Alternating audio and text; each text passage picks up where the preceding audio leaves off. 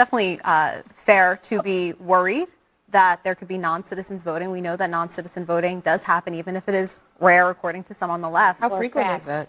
Well, if you want to list it, I actually have some for you. Hold on one second. Yeah, please. Yeah, like actual numbers. Yeah, I actually wanted to have a lot of quotes for you guys. All right, here we go. So a Georgia audit found 20 non-citizens registered to vote. 9 of them ended up voting in a previous election. 20? Yeah, let me finish. In Michigan, you know, it's funny when you guys mock small amounts, but let's remember that Marionette Miller Meeks won her 2020 election by 6 votes. Okay. Imagine if there were 6 fraudulent votes. Undocumented immigrants? No, my point is that some elections are decided quite literally on the margins, and every vote counts. Can I finish my point? Can I finish my point? That doesn't, just because it doesn't impact a presidential election, does not mean that it is not worthy of attention. What is the percentage of fraudulent non-citizen voting in America? I don't have the percentage, but I have more examples if you guys wouldn't cut me off. Let me just finish. Exactly. 41 non-citizens cast a ballot in North Carolina in 2016. 1,500 foreigners registered to vote in California by the state DMV. They were not citizens in 2018. Oh, did they? Were they caught? Did they vote? Actually, did they vote?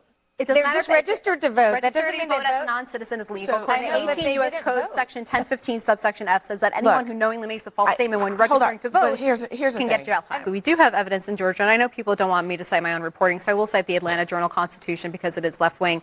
We know that during the 2020 recount, 3,000 ballots were scanned twice. The Secretary of State's office could not confirm if those were counted, though election integrity activists say they were counted. We know during the audit of the 2020 presidential election, there were, quote, several cases in which election workers mistyped vote totals or allocated votes to the wrong candidate. The state election board gave a slap on the wrist. We know that governors said it was fair. Brianna, we'll move on from this. AC is not a left-wing rag. In fact, Greg Bluestein, who's their national political reporter, is just an awesome journalist, and that just has to be said. That's just a side note, a point of personal privilege. What we're seeing right now is fascism.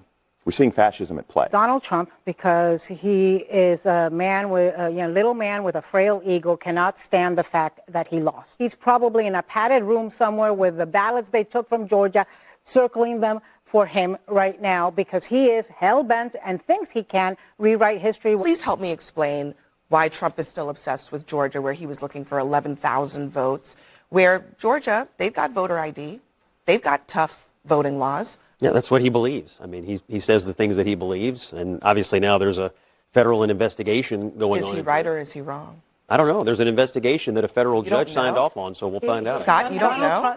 What are you asking him? Is he right or is he wrong about? About fraud in Georgia, whether he won or he lost Georgia. All the evidence we have right now is that Georgia was not fraudulent. However, my point was that a federal judge just signed off on a warrant to go get evidence, and now there's an investigation going on.